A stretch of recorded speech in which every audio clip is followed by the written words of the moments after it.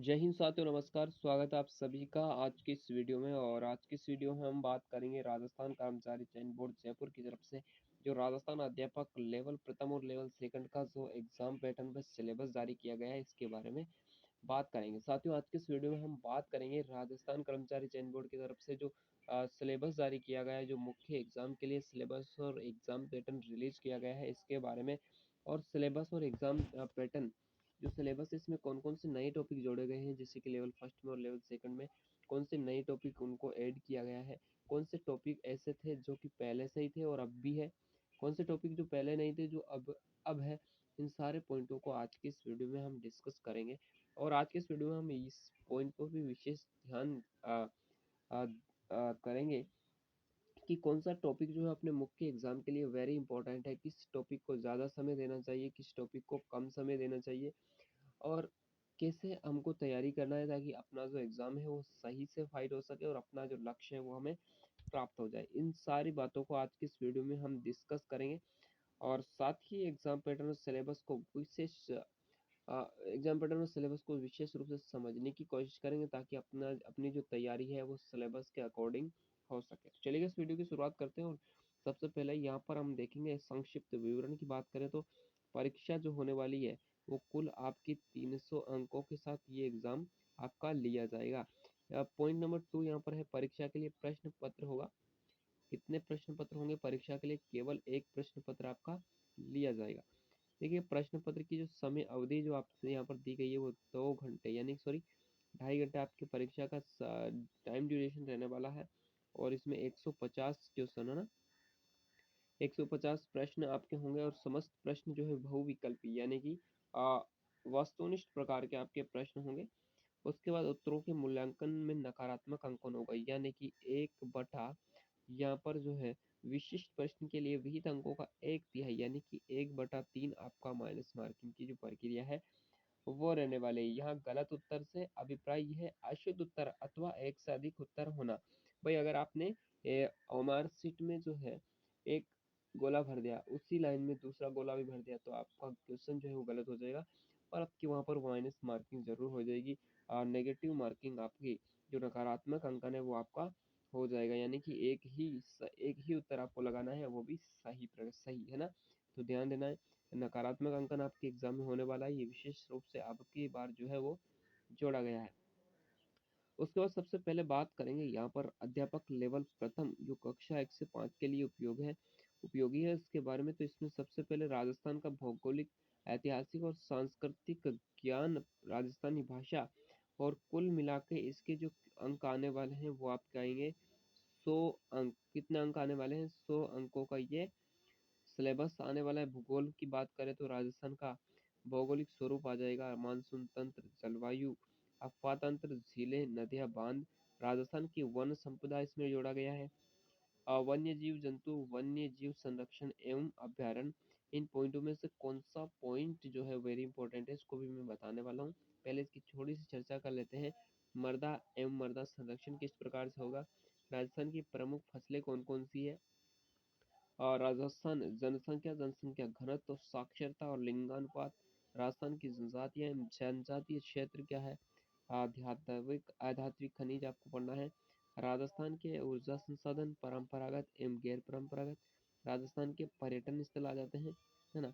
उसके बाद आ जाता है राजस्थान में यातायात के साधन। तो इस प्रकार से ये रहा भूगोल का सिलेबस। इसमें सबसे वेरी इंपॉर्टेंट जो पॉइंट होने वाला है वो सबसे पहले तो आपको पॉइंट नंबर जो ये रहा जनजातियाँ और जनजातीय क्षेत्र, इसको आपको विशेष रूप से ध्यान देना है। इसी के साथ आपको ध्यान देना है वन्य जीव जंतु एवं संरक्षण, वन्य जीव संरक्षण एवं अभ्यारण्यों पर। ये विशेष रूप से आपको थोड़ा सा ध्यान देना है। इसके बाद अफवाह तंत्र भी थोड़ा इम्पोर्टेंट हो जाता है ना। तो इन तीनों पॉइंटों पर पढ़ना आपको सारा है, लेकिन विशेष ध्यान जो है आपका इन तीनों पॉइंटों पर रहना चाहिए। ठीक है। इसके बाद बात करेंगे इतिहास एवं संस्कृति पर। तो इतिहास और संस्कृति की बात करें तो राजस्थान की प्राचीन सभ्यताएं कालीबंगा, आहड़, गणेश्वर, बालाथल और बैराट इत्यादि। राजस्थान की महत्वपूर्ण ऐतिहासिक घटनाएं क्या है? प्रमुख राजवंश, उनकी प्रशासनिक एवं राजस्व व्यवस्था इत्यादि आपको पढ़ना है। राजस्थान की स्थापत्य कला, किला, स्मारक इत्यादि। राजस्थान के मेले, त्योहार, लोक कला लोक संगीत, नाट्य एवं लोक नाट्य, तो ये भी वेरी इंपॉर्टेंट है। सांस्कृतिक परंपरा विरासत, राजस्थान के धार्मिक आंदोलन, प्रमुख संत, लोक देवता, राजस्थान के महत्वपूर्ण ऐतिहासिक स्थल आपको पढ़ना है, राजस्थान के प्रमुख व्यक्तित्व, राजस्थान के वस्त्र आभूषण, राजस्थान की चित्रकला, हस्तशिल्प, 1857 की क्रांति में राजस्थान का योगदान क्या था, और राजस्थान में जनजातीय एवं किसान आंदोलन भी आपको पढ़ना है। प्रजामंडल एवं राजस्थान का एकीकरण आपको पढ़ना है, ठीक है, तो ये भी आपको विशेष रूप से ध्यान देना है। अब इसमें सबसे ज़्यादा इंपॉर्टेंट कौन सा पॉइंट हो जाता है, तो वो हो जाता है आपका राजस्थान के मेले, त्योहार, लोक कला, लोक संगीत एवं लोक नाट्य एवं लोक नृत्य। किले भी वेरी इंपॉर्टेंट है, इसके साथ ही राजस्थान में की सांस्कृतिक परंपरा। इसके बाद जो इम्पोर्टेंट पॉइंट आ जाता है वो आ जाता है वस्त्र आभूषण, चित्रकला आ जाती है, और ये थोड़ा इम्पोर्टेंट आ जाता है ना, 57 की क्रांति भी इम्पोर्टेंट है, और लोक देवता भी इम्पोर्टेंट है। इसमें ये टॉपिक जो है वेरी इंपॉर्टेंट है आपकी एग्जाम की दृष्टि से। नेक्स्ट देखिएगा, हाँ, राजस्थानी भाषा ये जो है इसको भी आपको विशेष ध्यान देना है। राजस्थान की क्षेत्रीय बोलियाँ, प्रमुख राजस्थानी कृतियाँ, प्रमुख राजस्थानी साहित्यकार और राजस्थानी संत साहित्य एवं लोक साहित्य, इसको भी आपको सही से पढ़ लेना है। उसके साथ बात करेंगे राजस्थान सामान्य ज्ञान की। शैक्षिक परिदृश्य में आपका अधिगम के नवाचार आ जाएंगे, और विद्यार्थी कल्याणकारी योजनाएं आपको पढ़ना है, विद्यालय प्रबंधन एवं संबंधित समितियां, एसएमसी आपको पढ़ना है, ठीक है। इसके बाद राष्ट्रीय शिक्षा नीति 2020 एनईपी, एनईपी 2020 जो है वो आपको पढ़ना है, क्योंकि नई नई शिक्षा नीति है, इसमें से जरूर क्वेश्चन आपके आने वाले हैं। निःशुल्क एवं अनिवार्य बाल शिक्षा का अधिकार अधिनियम, इसको आपको पढ़ना है 2009 2011। और राजस्थान के मान्यता प्राप्त निजी विद्यालयों में निःशुल्क प्रवेश प्रक्रिया आपको जान लेना है। सामयिक विषय में बात करेंगे, करंट अफेयर्स आपका आने वाला, और सबसे बेस्ट क्लास जो आपको बताऊंगा वो है उत्कर्ष की, नरेंद्र चौधरी सर के द्वारा, जो इवनिंग को 5 बजे आती है, हर उसको आप देखिएगा, उसको अटेंड कीजिएगा, और उससे बाहर जो है वो क्वेश्चन बिल्कुल नहीं जाएगा, ये मेरा विश्वास है आपसे। और बिल्कुल आप उस क्लास को अटेंड कीजिएगा, क्योंकि बहुत ही बेहतरीन तरीके से जो है नरेंद्र चौधरी सर जो है उसमें करंट अफेयर्स की जो क्लास है वो लेते हैं। उसके बाद अन्य राजस्थान की जो अभिनव विकास है, योजनाएं कौन कौन सी क्रियान्वित, अन्य सामयिक विषय भी आपको पढ़ने हैं। उसके बाद 10 नंबर जो आपके आने वाले हैं भाई, वो 10 नंबर आपके आएंगे हिंदी के, है ना। 10 अंक हिंदी का आपको लाना है, जिसमें से शब्द भेद में संज्ञा है, सर्वनाम, विशेषण, क्रिया विशेषण, संधि, समास, शब्द रूपांतरण, शब्द शुद्धि, मुहावरे एवं लोकोक्तियाँ, ये आपके हिंदी का सिलेबस रहा। इंग्लिश में article, tense, voice, narration, idioms, proverbs, phrasal, verbs, one word substitution, है ना, ये भी आपका आ जाएगा। गणित का सिलेबस की बात करें गणित का, तो गणित में आ जाएगा, ये रहा आपके गणित का सिलेबस भी आपको देख लेना है, इसमें सभी के 10 नंबर जो है वो आपके आने वाले हैं। सामान्य विज्ञान में ये आपका देख लेना है आपको। उसके बाद सामाजिक अध्ययन आपका आ जाएगा। सामाजिक अध्ययन में भी आपके टॉपिक है राजस्थान का एक परिचय, मुगल साम्राज्य, राजस्थान की अर्थव्यवस्था, पृथ्वी के प्रमुख स्थल स्वरूप, प्राकृतिक वनस्पति, वन्यजीव संरक्षण, राजस्थान में कृषि क्या है, भारतीय संविधान, राजस्थान का संविधान निर्माण में योगदान क्या था, और राजस्थान में लोक प्रशासन, है ना। उसके बाद आ जाता है हिंदी, शैक्षणिक रीति रिवाज, हिंदी में सारी कुछ आपको पढ़ लेना है, शिक्षण विधियाँ, इंग्लिश में भी ये का ये आ जाएगा, और गणित में भी इसमें आ जाएगा। उसके बाद आ जाएगा सामाजिक अध्ययन, शैक्षणिक मनोविज्ञान में भी आपको देख लेना है, इंपॉर्टेंट है इसमें भी, ये रहा। और सूचना तकनीकी जो कि नया जोड़ा गया है, इसको भी आपको देख लेना है। तो ये था लेवल प्रथम का एक सिलेबस था, जो कि एक ऑथेंटिक सिलेबस है, और इसी सिलेबस के आधार मान करके आपको अपनी तैयारी करना है। अब हम जो लेवल 2 का जो सिलेबस है उसके बारे में डिस्कस करेंगे, तो चलेगा, लेवल 2 के सिलेबस को हम डिस्कस करते हैं। लेवल 2 के सिलेबस की अगर हम बात करें तो देखिएगा, इसमें भी जो है आपकी जो परीक्षा है वो 300 अंकों का यहाँ पर आपका एग्जाम होने वाला है ना। उसके बाद जो है 300 अंकों के बाद जो है आपका परीक्षा के लिए प्रश्न पत्र एक होगा, 2.5 घंटे का समय दिया जाएगा, बहुविकल्पी प्रश्न होंगे, 150 प्रश्न होंगे जिसमें बहुविकल्पी प्रश्न होंगे, और प्रत्येक गलत उत्तर के लिए जो है 8/3 आपका यहाँ पर नकारात्मक अंकन किया जाएगा, ये आपको विशेष ध्यान रखना है। ठीक है, पाठ्यक्रम विवरण की बात करें तो सबसे पहले देखिएगा कक्षा 6 से 8 के लिए इसकी बात करेंगे। राजस्थान का भूगोल, भौगोलिक, ऐतिहासिक और सांस्कृतिक ज्ञान, राजस्थानी भाषा, इसमें भूगोल में वही आ जाता है। लेवल प्रथम के जो सिलेबस है 80 नंबर का ये एग्जाम होने वाला है। इसमें मानसून तंत्र, जलवायु, अफवाह तंत्र, ये सारी जानकारी, सारा सिलेबस आपको देख लेना है ना। उसमें देखिएगा वन्य जीव जंतु, वन्य संरक्षण अभ्यारण्य, मृदा मृदा संरक्षण, राजस्थान की प्रमुख फसलें कौन कौन सी है, राजस्थान, जनसंख्या घनत्व, साक्षरता, लिंगानुपात, जनजातियां, जनजातीय क्षेत्र, धात्विक अधात्विक खनिज, राजस्थान के ऊर्जा संसाधन, परंपरागत गैर परंपरागत, राजस्थान के पर्यटन स्थल, राजस्थान की यातायात साधन, ये सबको आपको पढ़ना है। उसके बाद इतिहास संस्कृति को देख लेना है यहाँ पर। उसके बाद राजस्थानी भाषा जो कि प्रथम है, लेवल फर्स्ट का भी यही सिलेबस है। अब हम बात करेंगे राजस्थान का जो सामान्य ज्ञान, शैक्षिक परिदृश्य, निःशुल्क अनिवार्य बाल शिक्षा का अधिकार अधिनियम और सामयिक विषय, इन सबको मिलाकर के कुल मिलाकर के 50 अंक का आपका मैटर इसमें आने वाला है। और इसमें सबसे पहले राजस्थान का सामान्य ज्ञान में कौन कौन से टॉपिक आएंगे, राजस्थान के प्रतीक चिन्ह, राजस्थान में राज्य सरकार की फ्लैगशिप योजनाएं क्या है, राजस्थान के प्रमुख अनुसंधान केंद्र, राजस्थान के प्रमुख धार्मिक स्थल आ जाएंगे, राजस्थान की प्रमुख खिलाड़ी जो है वो आ जाएंगे, राजस्थान के प्रमुख खिलाड़ी, राजस्थान के प्रसिद्ध नगर स्थल इत्यादि, राजस्थान के प्रमुख उद्योग, राजस्थान की राजनीतिक एवं प्रशासनिक व्यवस्था, राजस्थान में जन कल्याणकारी योजनाएं हैं।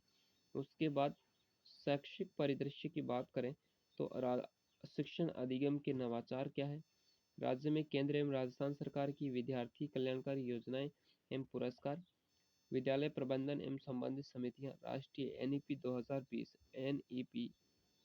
एनईपी 2020 तो आपको विशेष रूप से पढ़ना ही है क्योंकि इसमें से तो क्वेश्चन आने ही वाला है। उसी के साथ बात करें निःशुल्क एवं अनिवार्य बाल शिक्षा का अधिकार अधिनियम 2009 पढ़ना है, 2011 पढ़ना है। इसके साथ विद्यालय में निःशुल्क प्रवेश वाली प्रक्रिया आपको समझ लेना है, करंट अफेयर्स आपको पढ़ना है। उसके बाद संबंधित विद्यालय विषय का ज्ञान भी आपको होना चाहिए। जैसे अगर आप हिंदी है तो हिंदी में भी हिंदी वर्णमाला का ज्ञान, शब्द विचार में संज्ञा, सर्वनाम, विशेषण, क्रिया और अव्यय, विकारी शब्द, लिंग, वचन, कारक, काल, वाच्य और विकारी शब्दों का रूपांतरण भी आपको आना चाहिए। शब्द प्रकार में उत्पत्ति के आधार पर, रचना के आधार पर, अर्थ के आधार पर, है ना। संधि, समास, उपसर्ग, प्रत्यय के प्रकार, उदाहरण, शब्द शुद्धि, वाक्य शुद्धि के प्रकार, उदाहरण, वाक्य विचार, वाक्य के अंग, प्रकार, रूपांतरण इत्यादि, विराम चिन्ह, प्रकार एवं प्रयोग, मुहावरे एवं लोकोक्तियां आपको पढ़ना है। ठीक है, मुहावरे एवं लोकोक्तियां, शब्द शक्ति आ जाता है, अपठित गद्यांश के भाव एवं व्याकरण से संबंधित प्रश्न, अपठित पद्यांश के भाव एवं कल्याण व्याकरण से संबंधित प्रश्न, पारिभाषिक शब्दावली भी आपको ध्यान देना है।